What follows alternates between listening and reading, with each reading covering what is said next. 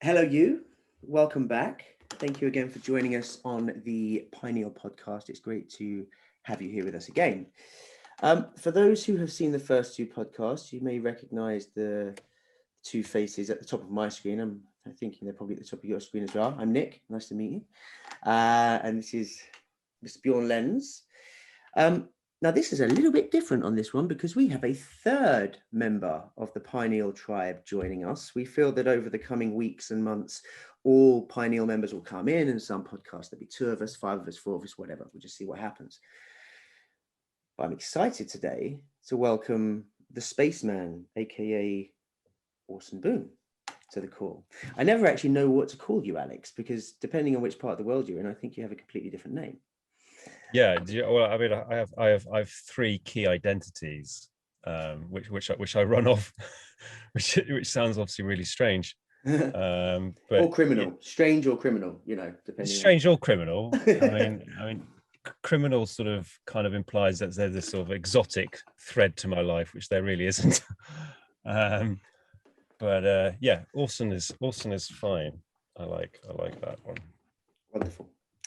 Well, in a very similar way to how we've kind of conducted the first couple of calls, we like to turn up, no plan, chat, and see what happens, and pick a topic as kind of a starting point.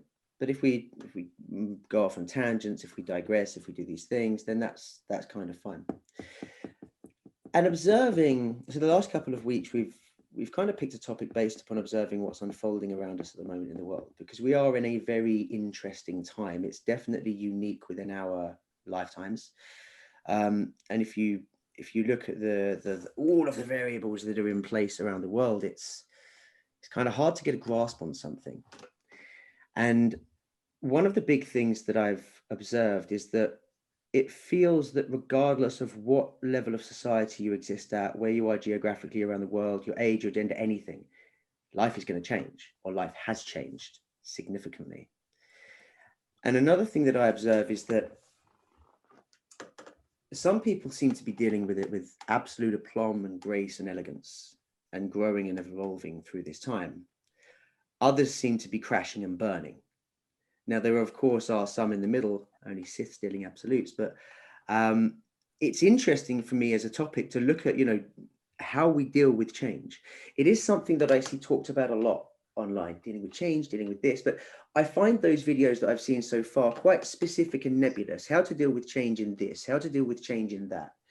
But what I'm interested to talk about is change as a concept. What does it mean to us?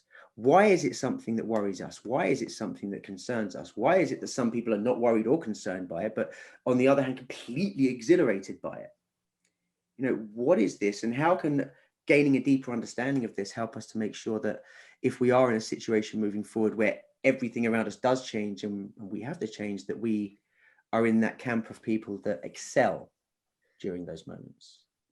So I think it's a topic I find interesting, or I'm interested about at the moment. How does that land for you both? Yeah, I mean, it resonates with me. Björn? Yeah, with me too. Except that I feel almost excluded. And I think that is because of my definition of normal, I would say. Like, I get that there are many people out there who are kind of afraid of change. And I'm not, for some reason. I'm more or less the opposite, because I'm afraid of boredom. And boredom is what might happen when nothing changes. Mm. And for me, the key question is, why is it that many people consider the absence of change as normal? Like, the only thing that comes up in my mind is when I was a child, like when you're at school, you're basically doing the same every, like there are 5 days where you go to school and then you do homework and then you play a bit and repeat. And then there's a weekend where you have more time to play with friends, 2 days, and then back to repeat. And you have nothing to worry about. Parents take care of food on the table. And this seems to be like, it's even that is not changing, but it's changing in a very linear fashion, in a very foreseeable fashion. Like you will do this for 12, 13 years, and then there will be a big change, and people are very nervous about that. Like, what am I going to do after I finish school? But I can't understand why this is the model that people are longing for. So are you getting a sense that maybe this feeling of it's normal not to change is actually something that's programmed into us by virtue of the way that we have our educational path set up? Yes, programmed interest. I think that's something that is lost from, I think that propensity to know what is in the near future is something that is lost with our life energy that we had as children, where we really knew how to play and not take anything seriously. Programmed out of us. Maybe it's just a coincidence how school is organized. I don't know. Like you have children that are very let's say uncommon. Do you think they like? No, I can answer that myself. My children hate going to school because nothing changes and because nothing ever happens and because it's boring. Yeah. So when as adults do we start to like boredom? It's intriguing that you bring children up, because as of September 2020, at this point 6-7 months ago, they started in a Montessori school. Prior to that, they've been in mainstream school, which is, as we understand it, exactly as you've described it. And the interesting thing is, like, Oliver didn't enjoy school. He's 8 now. He didn't enjoy it. Sitting there, they're talking about, he would just come back. It's like, how was your day at school? What did you do? I don't know. Like, it's just so uninterested, just not landing. And we had them we've got them into the Montessori school, and like their day is taken up. They can kind of choose what they want to do. There's their selection of things. Is it art? Is it robotics? Are you going to go in nature? Are you going to do this? Are you going to do that? And they get the choice, which means that their week is entirely theirs to choose from. And the reason I think it's so intriguing that you said that is because the comparison between Oliver then to Oliver now is massive. Like now it's effortless. Now it's like waking up in the morning, Oliver, time to get up, and he's up. There's no resistance. Whereas when he was in his kind of mainstream, it was really, really structured like that. Every morning, oh, I've got a tummy ache. Oh, I've got a cough. I can't go to school. Like anything. And the thing is, you could see it in his face, like this major resistance. Like I didn't feel he was being lazy. It was like we even wondered at the time, like, is he being bullied? Is there something happening? Because there was such a resistance. But then kind of hearing it articulated in this way makes a bit more sense. That actually solves it in my mind, because there are two emotions in the human species that are often exchanged. Like you experience excitement and think that is fear, because as a child, when you were excited about something, parents ask you, are you afraid? And you think, well, if this is what fear looks like, then I'm probably afraid, like going on a very big carousel or climbing somewhere high up or whatever. And maybe most people are not really afraid of change, but they're excited about change, but they don't know it, and therefore they're resistant. I wonder if we look at this slightly deeper with my work with clients, and obviously the resistance to change is something that you see in a lot of people. And what I wonder and what I pick up on is that you've obviously got the ego, the human mind, who wants to keep you in a state of the predictable familiar. So is it more of a sort of a deep subconscious programming of the ego, which is trying to sort of keep you in the predictable familiar, so it's able to go, look, I understand all the various variables that could happen to Orson today, and I'm happy, so I'm just going to keep him focused on this very narrow bandwidth of reality. And when I work with clients and we're working through letting go of painful past, which ordinarily, if you think about it, if I gave you a hot rock in your hand and it's burning your hand, and I say, do you want to drop it or do you want to hold on to it? You're gonna drop that bloody hot rock, right? Because it's painful, it's causing you discomfort. But yet we see so often people's absolute resistance to let go of the very most painful things in their lives, which are ultimately holding them back, creating those resistance points, keeping them in that predictable familiar, that rinse repeat life cycle.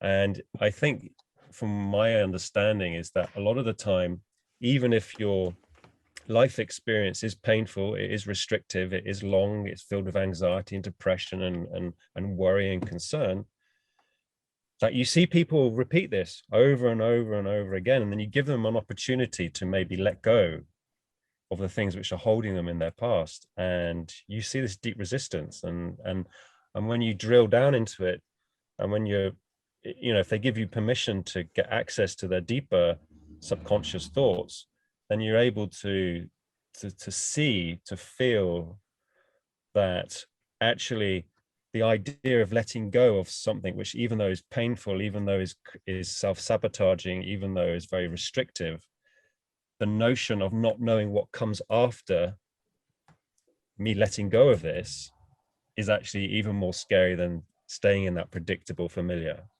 that pain point, that restrictive bandwidth of a reality. Because what we also then do is we create programs and coping strategies to self-pacify us if we are agitated, frustrated, upset by the predictable familiar situation we find ourselves in. So it's a tricky one, because I've seen it with people where, they do have the opportunity, if they want to let go of so much resistance, so much pain, so much baggage from the past, which is keeping them very much in the past. And of course, as we know, when you're in the past, you can't create future, because you're creating from something which no longer exists. And this is why you see people really struggling to make massive changes, because they're still coming from a point in time which no longer exists. It's memory and imagination. And then as we know, the human ego is able to create so many different layers of stories of memory and imagination that, over time, people aren't even sure what the hell they're feeling or why they're even feeling it. It's just turned into this quagmire soup of stories and pain and resistance. So I think it's an interesting one, but I think humans are desperate to stay in this predictable familiar. And you see it with children quite often as well. Children quite like routine. They quite like to. And then we lost your activity, and then that can create pain point. Yes. Did you lose me? Just for like 3 seconds, could you repeat the last 5 or 10 seconds of what you said? You said this is the thing with children. They like to yeah, I do you know what? I always hate it when people say, "Can you repeat it?" Because I'm just like, what was I saying? Yes. Yeah. So I mean, children really like the predictable, familiar routine, because if you guys have got kids, so I'm sure you've experienced this. If you're trying to transition a child from a high value item, an activity that they're really invested in, and you suddenly go, right, we're going to the supermarket, or like it's bedtime, that can create this pressure. It can create an outburst, because that something has taken them by surprise. And this is why with children it's very good, and the same with adults, is if you're going to create a change, you almost have to pre-warn them of this. Right, little Johnny, I know you're really playing with your Lego and you're loving it, but in half an hour's time we've got to leave, we've got to go home. And then 15 minutes later, right, you've got 15 minutes, buddy, remember 15 minutes time, we're leaving, we're going home because it's tea time, it's bath time, whatever. And it's then creating this story which they're able to attach to and go, okay, well, I'm heavily involved in this reality, playing my Lego, which I really like, it's high value, but I am going to have to transition to get in the car, and the boring journey home, and then it's tea time, it's bath time, and it's ultimately it's bedtime. I'm going off on a tangent, so I have to be careful. But my point is that people are very much programmed into holding on with dear life, the predictable familiar. and it's definitely, it's a human condition. It's an old program from a very long time ago, and it's ultimately, it's one of the structural programs which I think keep us very stuck in a state of fear and resistance. I like your Lego example, because in my mind, what's happening is I see change always as positive, in the sense of whatever changes, I'm quite sure it will be beautiful on the other side, even though I don't know yet. And most people have exactly the opposite point of view. And if you look at where this might be coming from as children, you're exactly right. Most of the time, when we're basically forced into a transition, it is from, but I really like what I'm doing now, and then I have to do something else.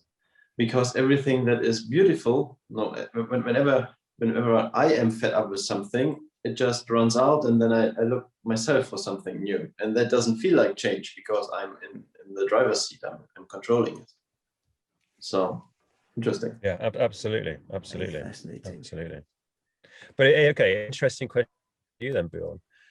Have you always embraced change? Like you find change exciting? Has that been something that has been a constant program in you for life, or is it something that you've had to consciously go, okay, I'm going to change this? How did that come about? Because I think the majority of people, I think if they're very honest, will say that if they're happy enough to embrace the vulnerability, most people will say that they struggle with the notion of change. They might find excitement, there might be excitement, but there's always going to be that layer of anxiety as well. And so there is this resistance to change. And I think people really do like their familiar routines. You know, we're very sort of programmed creatures. You know, a lot of us, we get up at the same time every day. You know, our bathroom routine's the same. You know, pee, clean your teeth, have a shave, do your hair. Breakfast is going to be the same. It's all very much the same. You get in your car, you drive to work, you drive the same way to work, you listen to the same radio station. You know, is this very predictable, familiar? And I think a lot of people in today's society have become very trapped by it. So I find it intriguing that you're like, yeah, actually, I really like it. I really embrace it. Yes, and I'm not saying I don't have any routines, but other than that, as far as I can look back, yes, boredom is always more scary than change. And I also have a lot of confidence that whatever comes after, like when I look back at my time at a huge corporation where I led some people, I realized that many of the leadership people are afraid somebody coming doing a better job than them, because then the job could be taken away from them. And I always had the complete opposite feeling about it, in the sense of, I wish I could find somebody that could take my place so I can do something else, because there are so many exciting things to do. And I don't know where this is coming from. I think that's a fairly, sorry to stop you there, Nick. I think this is a fairly unique mindset, man. I think a lot of people will be very different, especially the idea of, oh my God, I'm actually relishing the idea that some guy's going to come along, take my job off me, so then I can go and do something else. Most people are just like, oh, they're in that scarcity mindset and fear. It's like, oh my God, if someone comes along, that's competition. I don't want to be in competition with some other motherfucker because he's going to nick my job. And then what's going to happen? It's scary. That is it, isn't it? It's this is as you guys were speaking, I was connecting to. I was thinking, well, surely it depends if you're happy or you're not happy. This is a major factor. Like if you're not happy, like if I look at myself, because I was thinking, what's my relationship to fear? So it's change. And when I was in my mid-20s, I was utterly unhappy with my life. So like I wanted everything to change. Like I had the complete bring me change, because I wasn't happy with anything. So it was like, it can't possibly make me more unhappy. Like I didn't believe that was a possibility. I believed it could only get better. So in that moment, it was there. But and even like now, where I love my life. My life is awesome. For me, I live in the most beautiful place in the world. I get to work from home, so I get to be with my family. I get to be with my children. I get to work with incredible people. I think there's so many things about my life that's great. You know, I don't have 10 million quid in the bank account, but I don't need 10 million quid in the bank account because I've got happiness and I've got the things that make me happy. And there is a part of me, like I've just gone through with England leaving the EU. We won't get into that one, but with England leaving the EU and Brexit, being a foreign national living in Spain, I then had to go through the whole residencia process. And we've been granted it, it's been accepted and stuff like that. But for the whole thing, I had this fear of change. Like I had this fear that they're going to tell me I can't live here because I'm not good enough for whatever reason. And they're going to kick me out. They have to pull my children out of this amazing school. You have to go live in drab England. Sorry, Alex. You have to go live, and anyone listening that's in England. But go live in drab. You know, I was just, and it worried me. And what I actually did is I had to, it wasn't instinctive for me to just be excited about, oh, I wonder what comes up, because I love the things that I have. There's some attachment there for sure. But I kind of started playing the game of what if, what could the future hold that could be more exciting? And we kind of came up with me and Nina came up with these 2 or 3 different ideas on if we had to leave here and we could pick anywhere, where would we go? What would we do? If we had to leave here and we had to go back to the UK, where would we go? What would we do? And after about an hour, we were both like super excited to the point we both sat there and thought, it's not actually that bad if we get rejected, is it? It's like, and it was a manual application, I think, of what comes automatically to you, Bjorn. Like this just automatic awareness of it. But I do think one's proclivity to change, except for somebody who is maybe on one of the more extreme ends of the spectrum, like Bjorn, who just is a change junkie, I think is driven by a couple of things. I think scarcity is massive. I think tribally, if you go back through history, this is just a repeat thing for people. You know, they come up against a different type of people. They're going to eat our food and they're going to sleep with our women, was kind of the common thing. And you see it now. It's like the immigrants are coming in, they're taking our jobs, they're taking everything. They can't speak the language or anything, but they're going to take my job anyway. Like all of this stuff that comes in, and it's scarcity for me is the big piece. Scarcity for me is it, because if we all felt that we lived in a world that we truly felt, all of us, that we lived in a world that was abundant, and that when one door closes, another one opens, and we really, really, truly believe this stuff, I think we'd all be Bjorn from the perspective of change, because why wouldn't we be? I think I would like to take the topic a little bit woo-woo right now. A little bit woo-woo. Woo-woo. We like woo-woo. Like what you just shared, in the sense of this is coming from scarcity. I wonder if this is the hen or the egg. And then one thought came up in the sense of, what if many people basically hate themselves and believe that the life that they are living now, how good or bad it ever may be, is not as bad as they deserve it? Then automatically the thought would follow, whenever something changes, it will get worse because I only deserve worse. And then the mind creates a story around that. For example, if you have already the conclusion, okay, when something changes, it will get worse, where is that change coming from? Probably from all those people here that are not speaking my language and are going to steal my job. And maybe this is more like the source of the problem. Like self-hate, shame, guilt. I think there's plenty of all of those aspects throughout humanity, deeply entrenched. And that's why it's so important to do your shadow work, isn't it? Yeah.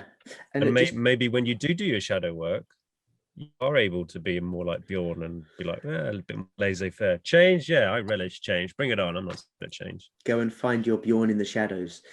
But no, like, just to, your point, like if I try that on for size, like my feeling about last year, when we were going through the residencia process and I was getting worried, if I try that concept on for size, then there definitely was a lack of self-worth, because at some level I was so overwhelmed with how amazing my life had become in like 4 or 5 short years from waking up and just, whoa. There was a feeling, because that elevation was like really, really quick. Like my life has changed repeatedly over that time. It's insane. And and because of that, like, clearly the work that I was doing was not addressing that lack of self-worth or whatever that I felt in my previous life. So as I come up, I'm still partially this guy, but living this guy's life. So there was a feeling of, exactly as you said, Bjorn, I'm going to get found out soon. I'm not this guy. I'm this guy. And this guy doesn't deserve what this guy has. And someone's going to find me out soon, and they're going to kick me out of the country, and everyone's going to shame me. Like, I take it a bit far when I explain it there. But yeah, I think that's on the money, Bjorn, from my experience at least.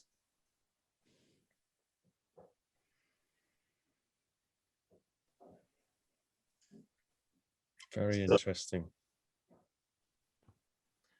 Yeah. So here's an invitation. Whenever you fear change. No, that doesn't work. But I would like to basically an outside point of view on Nick's life. There was a Nick that was living in, I don't know where he was living, probably London, unhappy sales guy. And then he met a mentor and slowly started doing more and more shadow work, going through the works, like reading, studying, doing all kinds of spiritual work. And his life improves and improves and improves until he lives in paradise. What a coincidence. Yeah, what a coincidence.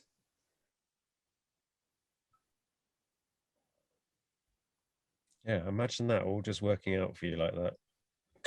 Once you decide to do the work, unblock yourself, because that's really all it is. On a spiritual level, we're already vibrating at just mass unlimited abundance. We're already that. It's not about becoming that vibration of abundance and all of that. It's about removing the bloody blocks and resistance that we're creating to stop that flow, which naturally wants to come into us all the bloody time. And it is through shame, guilt, embarrassment. I'm not worthy. I'm undeserving. It's all of these little belief systems, which the majority of the time have been imprinted onto us when we're a child, and you might have shame for, I don't know, you're 3 years old, you're stood in the corner and you're picking your nose, and your parent goes to you, don't do that. That's disgusting. That tiny, that single 5-second interaction will create a program. And that the little child will start going, oh, okay, well, I quite like picking my nose. It's quite sensory, and that's what kids do. But it's dirty, and I now feel shame about it. And it's all these tiny little resistances, these blockages that prevent the already undeniable abundance this universe is offering us all the time. And it's interesting because so many people talk about, oh well, I need to get into that vibration to become a new person. I need to change my vibration so I'm more confident, I'm less anxious, and it's sort of things in my early journey that I was going through. Well, I need to do this, I need to do that. And then actually now looking back on it, I recognize that I already am everything that I needed to be, but it was my human programming. It was the belief systems that were being imprinted, projected onto me, encoded into my existence as I grew up, which created these barriers to entry, to stop that flow. And once you recognize that it's you stopping all of this, and then you can start that journey of having those awkward, blunt conversations with yourself. Okay, well, I do feel shame and resistance around this certain thing. And I don't know why, but I know that if I explore it and I start to understand it, and then I can let it go, I'm opening that gate. I'm unlatching that locked door, and all you need to do is, part of the process is going through and unprogramming yourself for all these little threads of resistance. And as you do this, as you go through your shadow work and all the work that we do as a team, then it's only natural for life to start flowing in easier, better, because you're opening all the gates. It's like you've dammed up this river.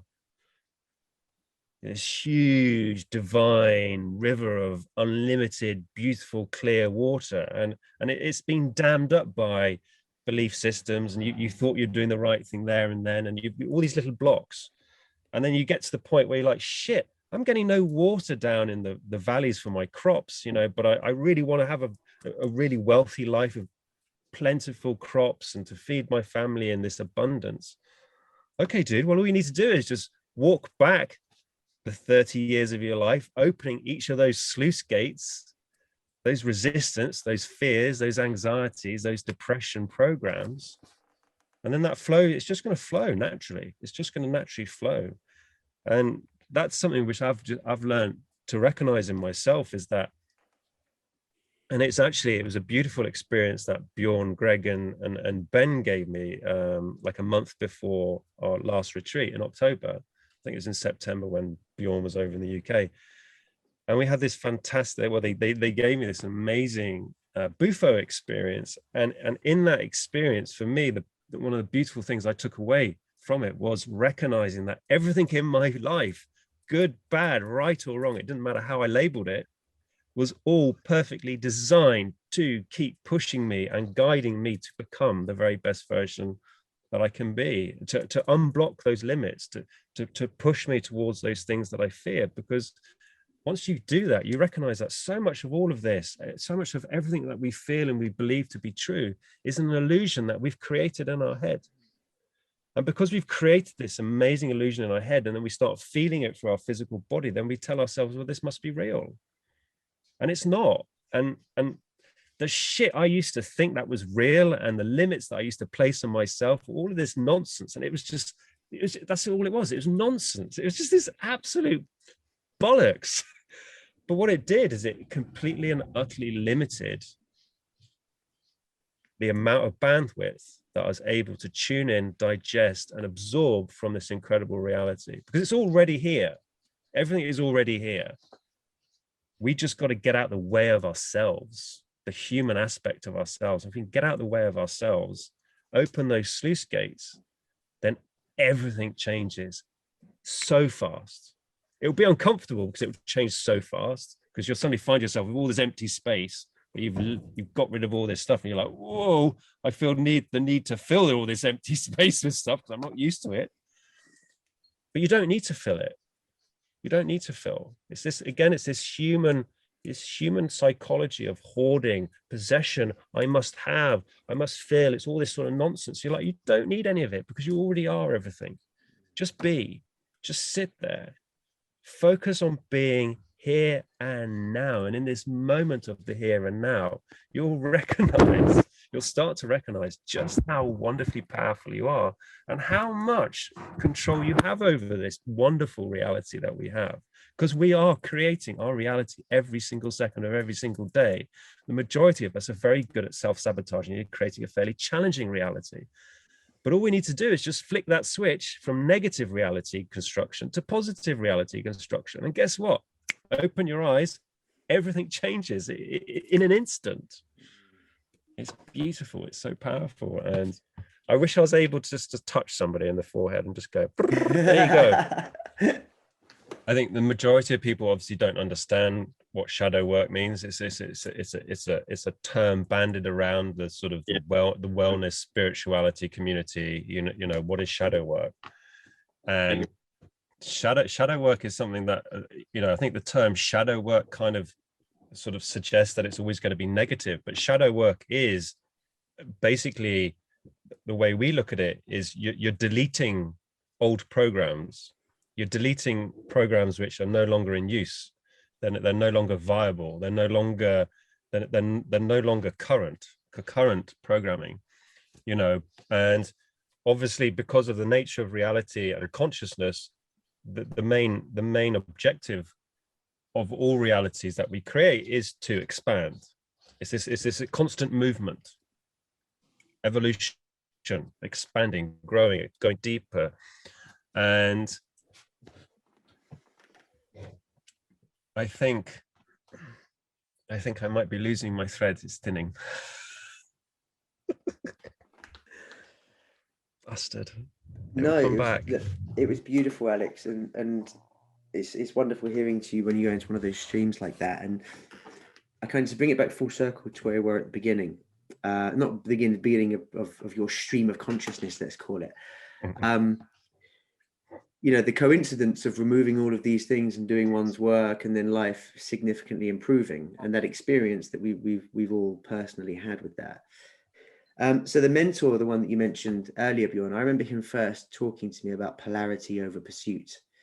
And, you know, if you can do these things and the things you want in life come to you, and you don't have to slave away for the things you want, and you get things you didn't even know you wanted, and they're so much better than what you could have thought about beforehand. And I remember hearing it thinking, that sounds great, but it sounds like bullshit.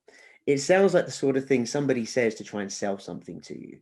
Like, and I was so skeptical of it because it was so far removed from what I'd been taught, told, and experienced for like 30 years. So I think the interesting thing is here, I think that when you've gone through this process, you look at it and you realize that, as you beautifully put it earlier, Alex, like, you are everything already. You've just accumulated baggage throughout the course of your lifetime, which weighs you down and stops you from living the life you could live. But it seems too easy.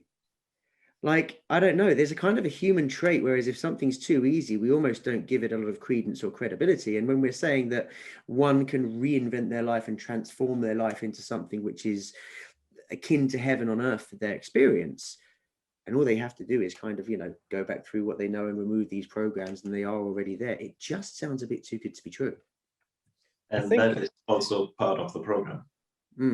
Yeah, exactly. That's part of a program which has been installed to stop you from looking at it, because it's just like, no, seriously, you guys, you just change your thought processes, you change the stories you told yourself, and then your reality changes. No, that sounds like snake oil. And you know, it's that skepticism of, well, it's too easy. It's too easy. Life is meant to be hard. To get where you want, you've got to work hard, right? You've got to really bust your balls. You've got to sacrifice, right? These are all the things that we're taught. To get to the top, you're going to sacrifice. You're going to bust your balls, and there's no guarantees. There's no guarantees. It's a dog eat dog world. It's survival of the fittest. Like, they're endless, aren't they? But all of this, the energy behind this construct is lack. It's scarcity. It's still coming from lack and scarcity. You know, and you know, again, it ties back into what I was saying earlier: is that we already are everything. We are unlimited beings, limiting ourselves through trauma, belief system, stories, rhetoric, construct. And as soon as you can start having those conversations with yourself, okay, well, what if I did start changing the way I thought and the stories I tell myself? Because you don't need to do this for long. And this is the thing. You really don't need to do it for long to actually start seeing very quick shifts and changes in your day-to-day personal reality with your loved ones, your family, your nearest and dearest. And then as soon as, I would argue for me, as soon as I got that feedback where I was like, right, I'm going to consciously start thinking differently. And then what happens is that you get a positive reinforcer of, oh, shit, I was kind of hoping this would happen. And oh, crikey, it's here. It's here already. You're like, okay, well, if I double down, if I do more of the same of this, then I can keep changing this experience. And then you start to recognize that you are the software developer, you are the programmer in this creative experience for yourselves. And this is an analogy that I use a lot because I think people can understand it, is that this electromagnetic reality based upon nothing but frequency and vibration is programmable. And there are many instruments to program our reality. Linguistic, language, sound is an amazing way that we use to program. And we've all listened to inspirational speakers and gone, oh my God, you know, woo, it just really turns us on. We've listened to music and it's had the same effect. So it's about really trying to embody the notion. And of course, this is very challenging for ordinary humans who've never had an esoteric, metaphysical experience, because they are still very much coded, anchored, magnetically stuck into this heavy reality. But there are ways of teaching people. You change your story in your head, and the majority of people will be repeating the same stories and belief systems in their head. They just don't recognize it because 95% of everything you chatter about in your head is subconscious. But the key is you've got to bring the subconscious to the forefront of your reality. That's where you start to create change. Okay, so I do the same behavior every single day. Well, I can't expect anything to change if I think the same thoughts, I say the same words, I do the same routine.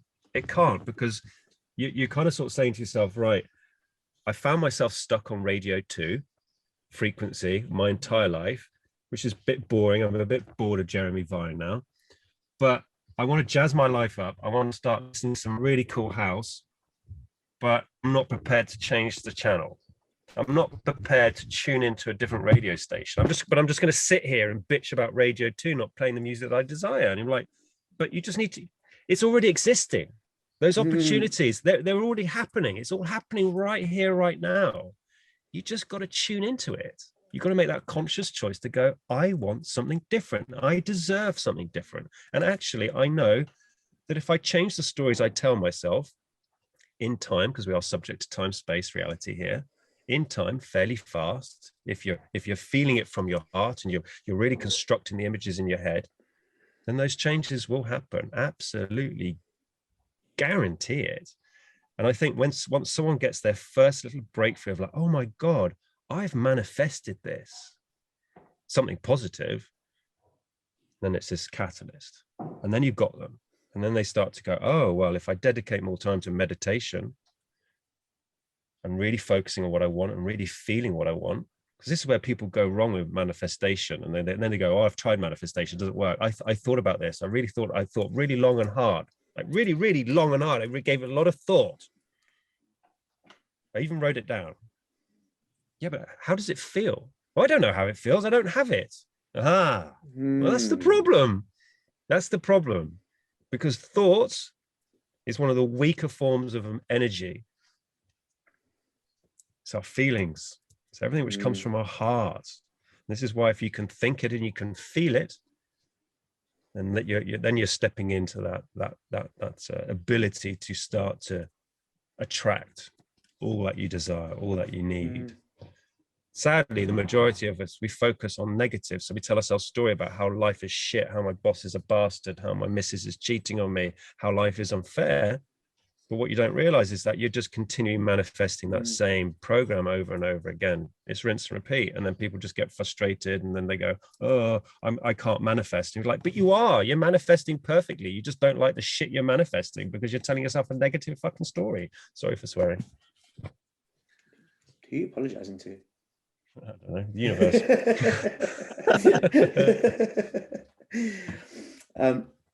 No, you're absolutely spot on. The fascinating thing is, again, if I do that side by side comparison in my earlier years, I was terrified. Well, I really wanted change. Sorry, I wanted change because I felt I was at the bottom of a barrel, and it can only get better, you know. And I wasn't actually at the bottom of a barrel. My life was really bloody comfortable compared to the vast majority of the planet, if we're being bluntly honest about it. But, you know, is what it is. And my appetite for change came from the fact that I just wanted anything other than what I had. So nothing could be worse. But tuning into the concepts that you've shared there, and I found Dr. Joe Dispenza's work incredibly powerful for this exact piece as well. I noticed there came this kind of like happy-go-lucky energy about me, which wasn't there before. Before, the appetite for change came from desperation, because I was just desperate for something different.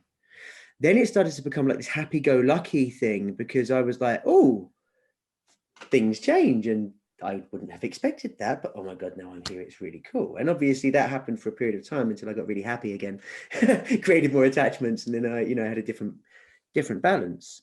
But that was one of the big things that came through to me, was the fact that not only is change often really, really positive, I found that when things change that I don't think are positive, it's because I'm focusing on the wrong things. Is really what it is. It's easy to be upset you know, that you have to knock your house down and forget that you're doing it in order to build a bigger and nicer one, for example. Like, it's focusing on that wrong piece. And that's been a bit of a game changer for me. And again, that kind of came through the experience of then thinking, well, if we did have to leave here, where would we go and how would that look? And getting really, really excited about something different. But the manifestation piece, again, I just like, it's absolutely right.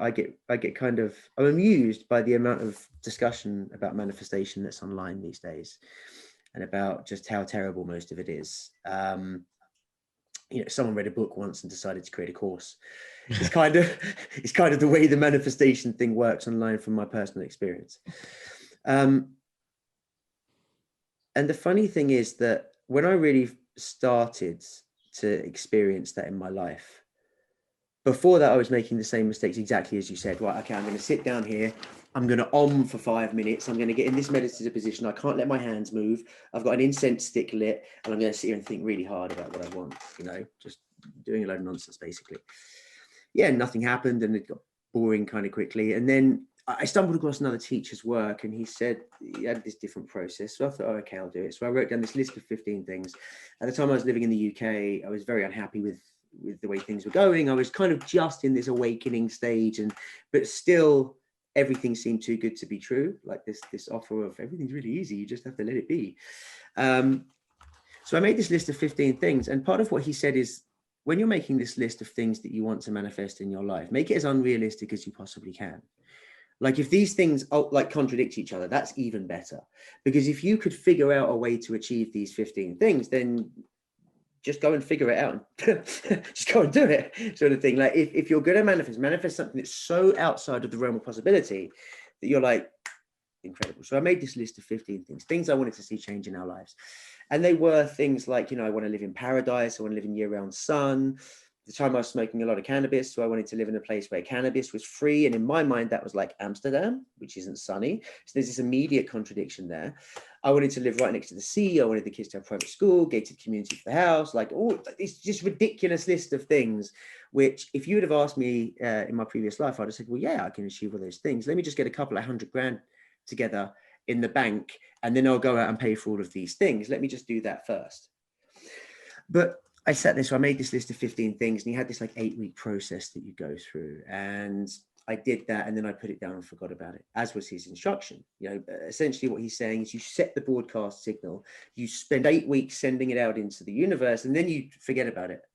You just completely surrender it. I've done it. I've done my work. That's it. Anyway, one thing led to another. We ended up moving to Tenerife. The decision was made. We had a house, and we were here within 2 weeks, like complete restructure of like everything.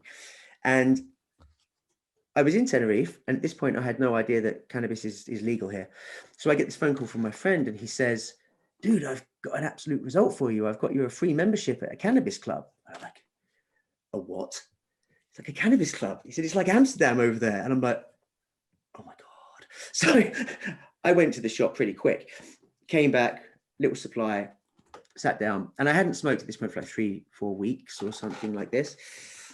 And for anyone that has tried any kind of mind altering substance, it's like, it can trigger an immediate awareness or an immediate something. And as I sat there, I sat in my garden, it was a beautiful warm evening, and I rolled this big fat joint, and I started smoking it. And like, as soon as it hit me, which is pretty quick, like I just had this vision of this sequence going back from where I sat to where I first saw that lesson about manifestation. And it was almost like I could see these floating orbs which represented milestones or steps along the way, and each one was connected by this wispy light going through it. And it was almost like the path of causality that I'd seen. And then as I did it, I just list of 15 things. And I hadn't thought about this list for ages. And I'm like, where is it? Where is it? Where is it? Where is it? So I ran and found this list, and I pulled it out, and like everything on the list had manifested. Everything, all 15 things. And at that point, it was kind of like, whoa, bugger me. Just sort of sitting in my chair like, this changes everything. Like, what? and it was just beyond imagination. So it's really interesting, because I speak to so many people and mention manifestation to people, and 9 times out of 10 people go, oh, is that stuff that Deepak Chopra not waffles on about? Nah, mate, it's nonsense. It's all nonsense. People just do it to sell books. But when you've experienced it, you're like, okay, you don't have to be a Jedi if you don't want to. You can just be regular. Keep yourself in that box of limitation. I'll be a Jedi wizard over here, magicking my life into wonder. Whatever. Ultimately, in this reality, you have truths and you have untruths. That's it.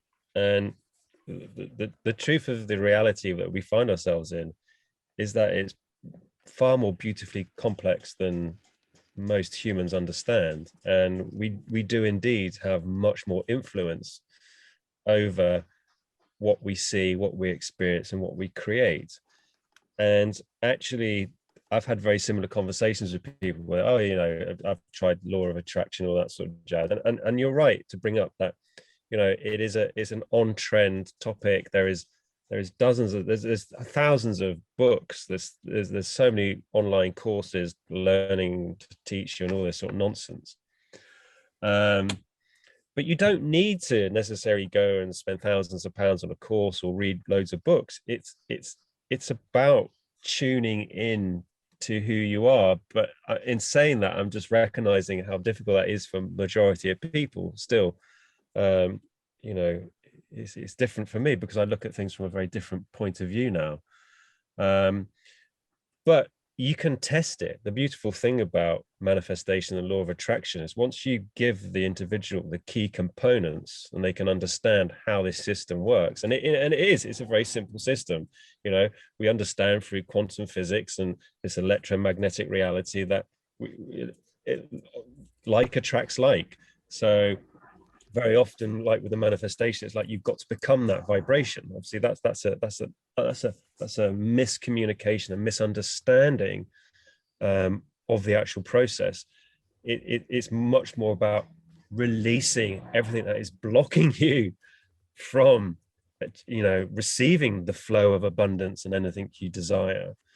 And that's the real clue, is that the majority of people are so restricted, are so bogged down by these human constructs, these lies, these belief systems, these stories.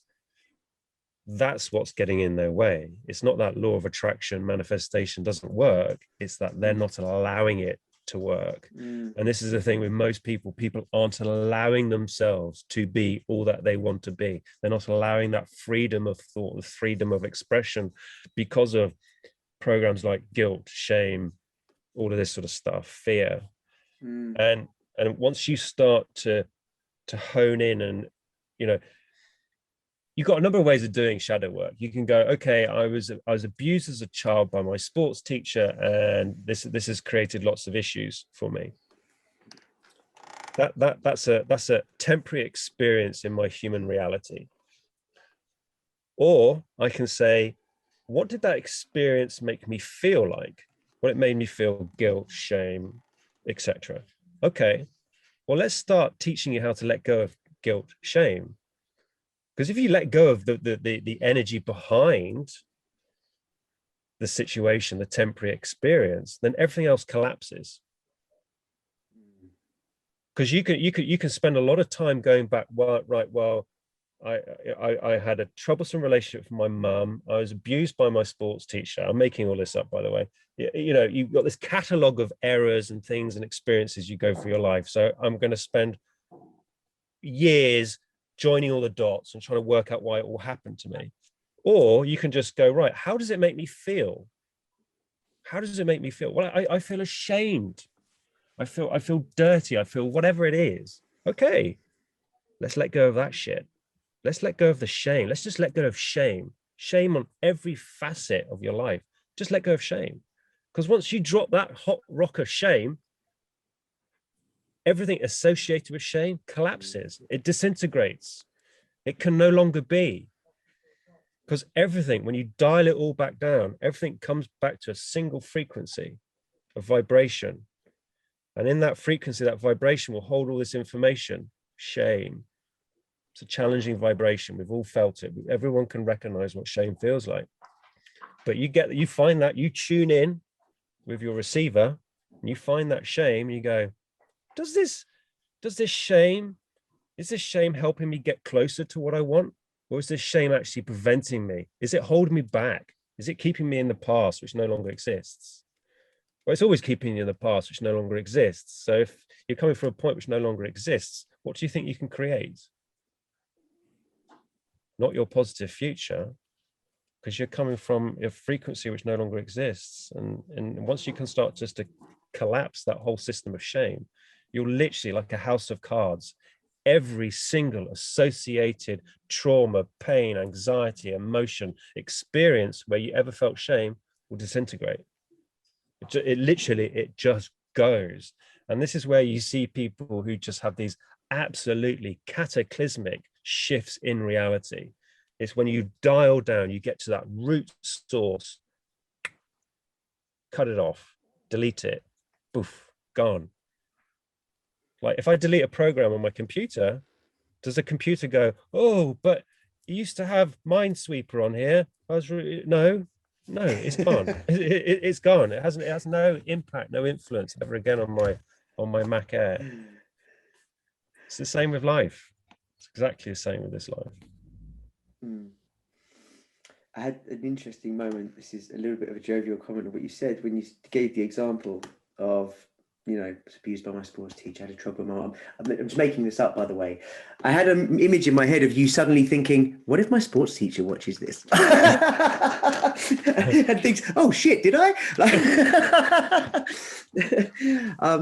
But do you know what? It's so powerful what you have just shared.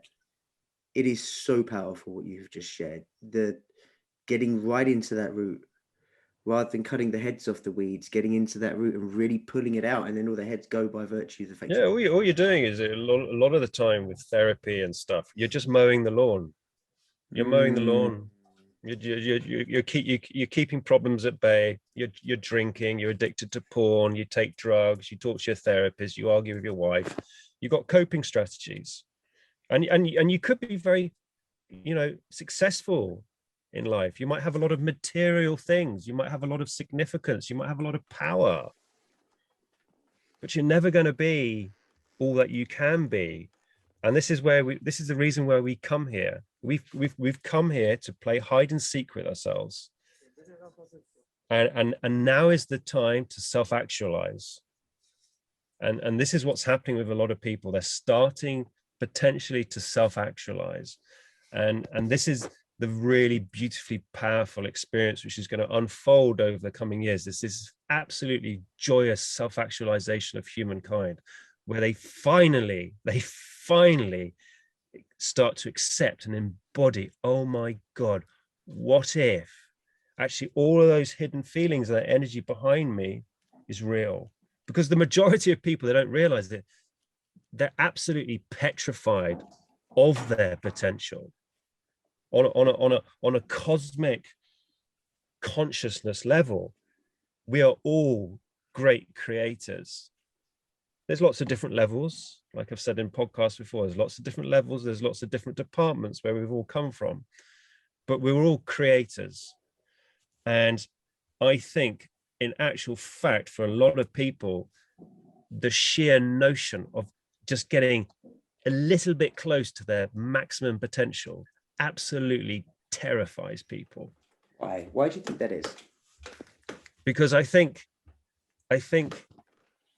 once people start to understand how large you are, how endless, how never-ending, how limitless you really are, how we all are, we're all part of this incredible system which has created everything that we see.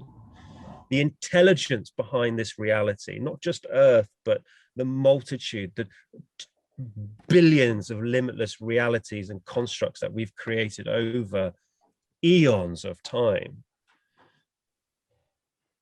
Most people, it would just pickle their brain. They simply couldn't grasp the concept of just how large, how vast, how deep this experience is, just this human experience. because I promise you, the majority of humans on this planet are operating at sub 5% of their potential. Sub 5% of their potential. So what do you think it is in order to aid the game of hide and seek, despite the fact we're infinite beings, we've been sent here with processors that get overwhelmed at the point that we realize our infinite nature? I think it's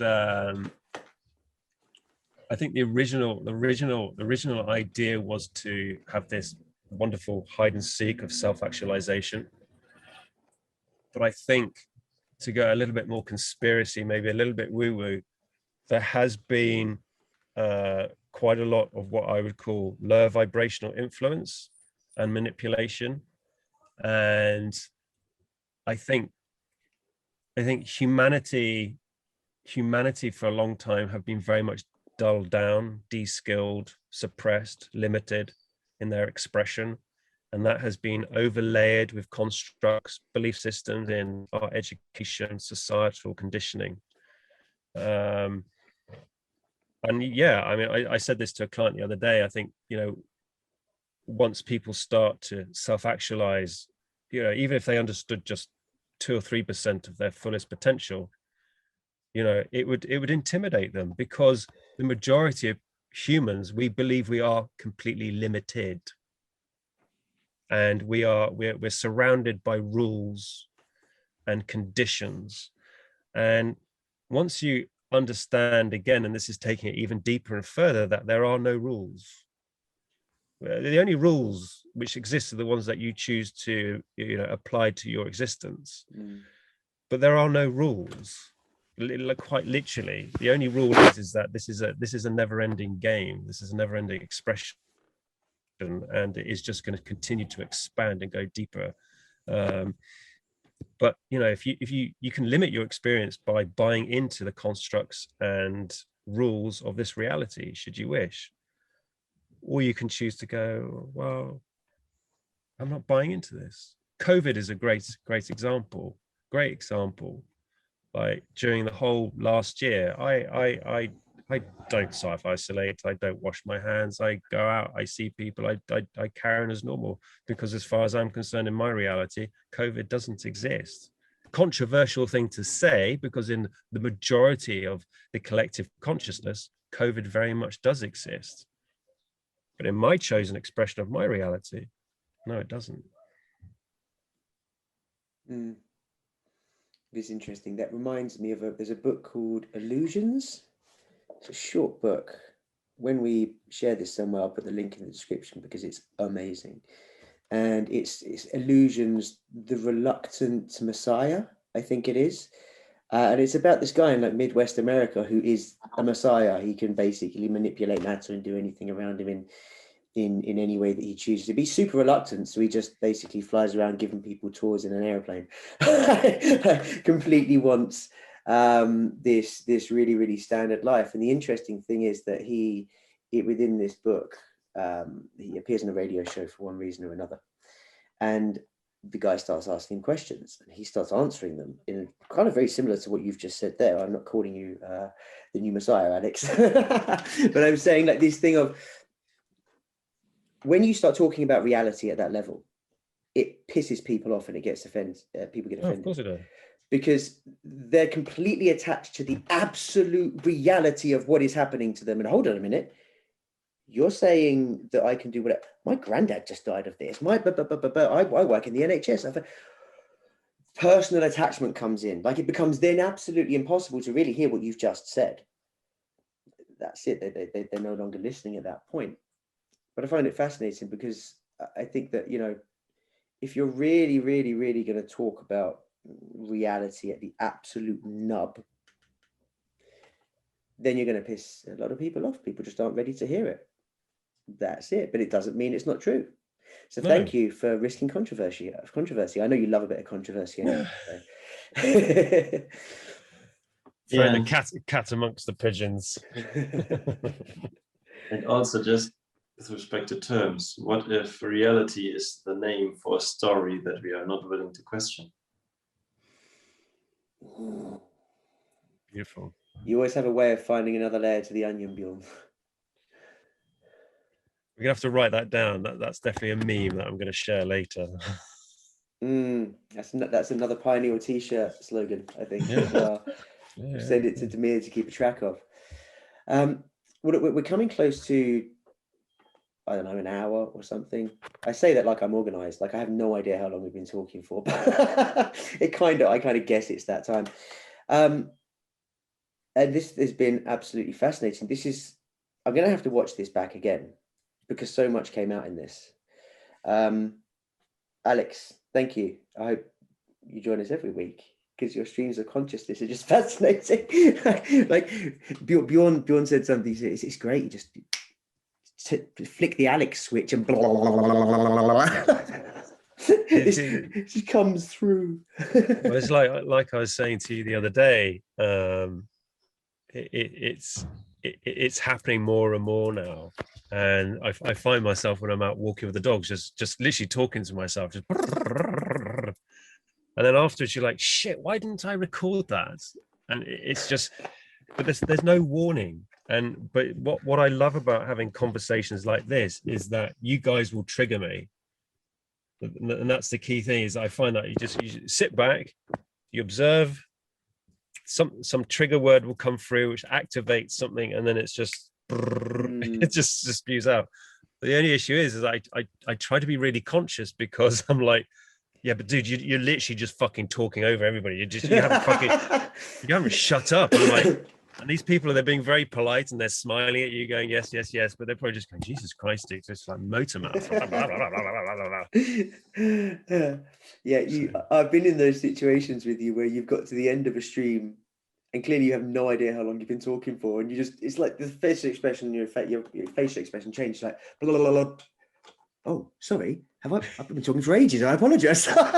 Like back in the room, shit, how long did that go on for? Yeah, but the problem is, and this is obviously going to sound fairly woo-woo, but it's another thing altogether. And like when I do my work with my clients now, the majority of them record the sessions on their phones because they'll interrupt me during a stream and I can't get it again. And they're like, oh shit, can you repeat that? I'm like, no, I've got no idea what the hell I'm saying. I'm going to have to listen to this back myself.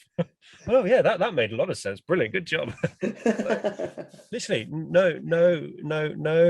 There's no memory of it, and I have to listen back to everything myself. I'm like, oh yeah, I did say that. Okay, well. Okay. It's interesting. It's that downstream versus download scenario, and I think like the downstream ability from people that I've seen that like operate in this space, just from my research, seems to be rarer than the download ability. You know, the download ability being that something comes down and it's like an awareness, you know it, you receive it, it's landed. But the ability to live stream, I mean, you're so tech, it's unbelievable. Like you even are an actual physical live streaming device. It's incredible. But that's all. But that's Nick. That's all consciousness is, and all this physical avatar is for me is a receiver. It's a conduit. That's all it is. I'm just a conduit, and with this receiver here, which is what it is, and as long as you can tune into something like changing your radio, then you're going to get that stream. But the thing is, what I did with me was that through the deep work using plant medicines and psilocybin and DMT and spending a lot of time in a certain frequency, whilst I was in that frequency, I was consciously saying to myself, remember this fucking frequency, dude, because we want to tune back in here without having to go through the plant medicine routes, you know, because that's all it is. You know, you take a plant medicine and it elevates you to a frequency. Now, once you understand that you can manually tune into any frequency, and especially a frequency where you spent a lot of time in, which is why I love doing the psilocybin and the DMT, where you're in a deep space for 10 plus hours. You've got 10 hours to sit there meditating under the tree going, feel this vibration, like really anchor it into your physical body so you really recognize what it feels like. So then you can go, so now it's just like, right, my intention is during this conversation to tune back in. Let's get that stream. And then it just clicks back in. And then it's just that streaming. but that's all it is. It's just memory. It's like muscle memory. You just memorize that frequency, and you can then visit it, tune into it whenever you desire. And that's what I've been working on with my deep meditations for the last year, because during the retreats, I would normally be doing a lot of plant medicines after the retreats, every day or every week at least. Historically, that was my MO. Whereas now, after the retreats, I work with a medicine on the retreats because I'm in Italy, and the whole area for me has a vibration which elevates me, takes me to my space. But what I've been doing between the retreats, instead of using the plant medicines, I've been meditating twice a day, and really trying to tune back in. And it took me weeks and weeks and weeks of really trying to do it. And you get a connection, and the connection would last for a bit, and then it would drop off. It's just like trying to get a great Wi-Fi signal.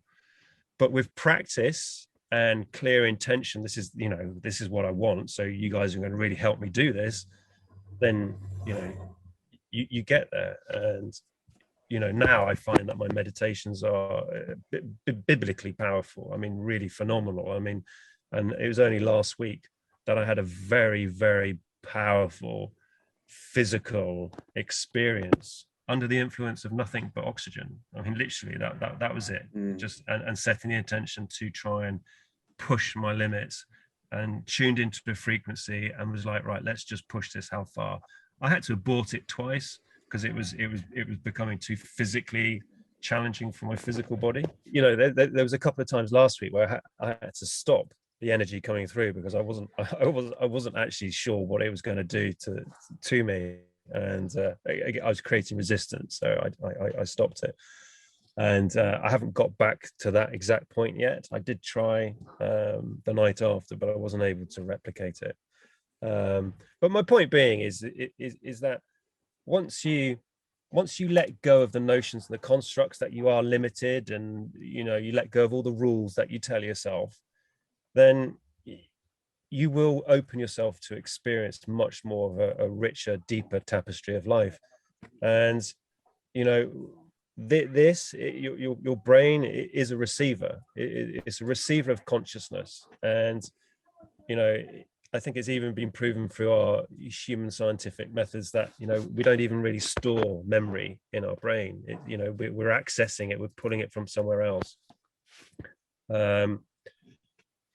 And once you recognize that you can make a conscious choice to tune into said different frequencies, vibrations, dimensions, then I would argue life becomes very interesting and very curious. And then you start to see your life limitations fall by the wayside naturally, and your issues and things just go out the way. And in my life now, I'll probably write a book one day, but if people were to see how my life has changed in under 3 years, from where I was 3 years ago to where I am now, and all the amazing manifestations along that journey, then it would genuinely blow a lot of people's minds. They'd be like, gee, how the hell have you done that? Well, it was fairly easy in the grand scale of things. I set the intention, I set the desire. This is what I want. But I knew it, I felt it, I saw it, I could feel it. And then everything's unfolded. And now I pinch myself. I have this conversation with my wife. I pinch myself. I mean, I wanted to be a father. I wanted to say, I wanted to do all of these things. And, in 12 weeks' time, I've got 2 beautiful, healthy children, a boy and a girl. Perfect. It's exactly what I wanted. Exactly what I wanted. And it wasn't even any effort to do it. It just happened. And then, like with work and life, you kind of sort of you sit down and you go, oh, I would quite like to. I need some more money. I need some extra money. I've got to pay for stuff for the kids. Oh well, how am I going to do that? And you think the other day I did it. I thought of a client's name in the morning. Client's name just popped into my head, and I was just like, oh. Whilst I was out walking, dude, I'd really like to talk to you. Get back in contact. Get home, check my email. Who's there? Boom, email from John. Dude, hey Orson, I want to reconnect. I want to do some work with you. Perfect. Sends over payment. Oh, my money problems are sorted. And this is a weekly occurrence. This is a weekly occurrence now. And this is the thing with manifestation, understanding this nature of reality, is once you start seeing it work, you can't help but believe. And the funny story is, you heard a little bit of the story of Nick and a little bit of the story of Alex. And of course, the mind is telling you, yeah, other people, it might work for other people. But if you feel a little bit tickled to try it, what it feels like to just discover yourself more and more, it is a journey. It takes time. Like, can take years, but the journey is just exciting. And every day it just gets a little bit more pleasant, a little bit more intense, a little bit more crazy. But what if that is what you're here to achieve, to accomplish, to be, to do? What if that is what will give you the ultimate fulfillment? Because quite a long time ago, we were talking about the quality of life when Nick said he felt like he was at the bottom of the barrel, except that he was not from the standards of other people.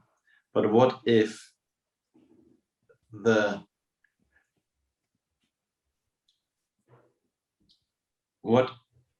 one key of how much you are aligned with yourself, with what you're here to be, but not in any grand scale, but just with who you truly are, without all the baggage, without all the programming? What if the one thing is how much you live true to yourself is what decides the quality of your life in terms of how happy and fulfilled you are? Because in that sense, maybe Nick was at the bottom of the barrel.